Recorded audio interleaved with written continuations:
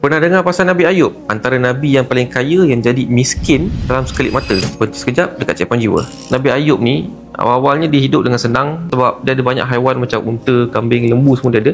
Dan dia ada ladang yang luas dan pekerja yang ramai. Tapi dalam sekelip mata semua benda hilang. Kebun dia semua musnah, ternakan dia mati dan segala harta benda dia semua rosak. Tapi tak cukup dengan tu, anak-anak dia pula wafat dalam waktu yang sangat-sangat dekat. Paling teruk sekali bila Nabi tiba-tiba terkena penyakit kulit satu badan dia sampai luka, beranah semua. Masa tu Nabi sedih kan sebab pembagian anak-anak beliau.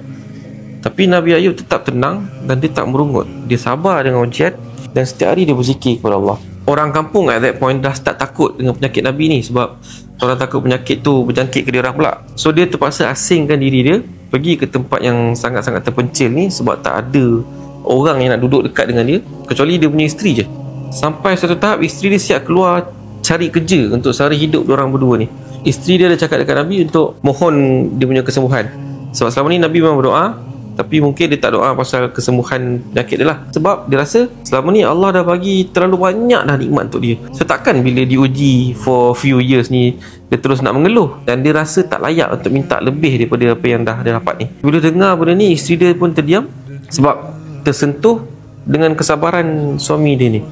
Tapi bila masa ujian jadi makin berat dan akhirnya Nabi Ayub start berdoa, tapi cara dia doa tu yang penuh adab dan sangat-sangat rendah diri. Dalam surah Al-Anbiya ayat 83, sesungguhnya aku ditimpa penyakit, sedang engkaulah sahaja yang lebih mengasihani daripada segala yang lain yang mengasihani.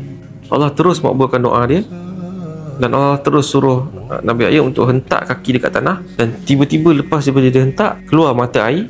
Nabi Ayub minum dan mandi dengan air tu, dan dengan izin Allah dia terus sembuh. Badan dia terus sihat dan bersih macam biasa. Allah kembalikan semua nikmat Nabi yang hilang.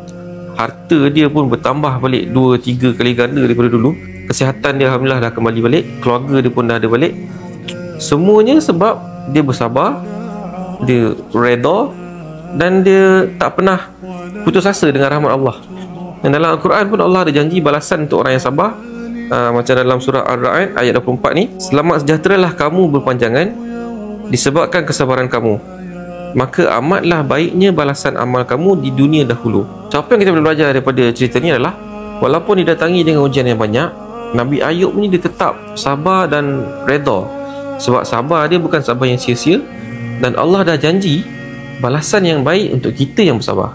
Sebab sabar itulah yang akan bawa kita kepada keberkatan dan rahmat Allah, insya-Allah.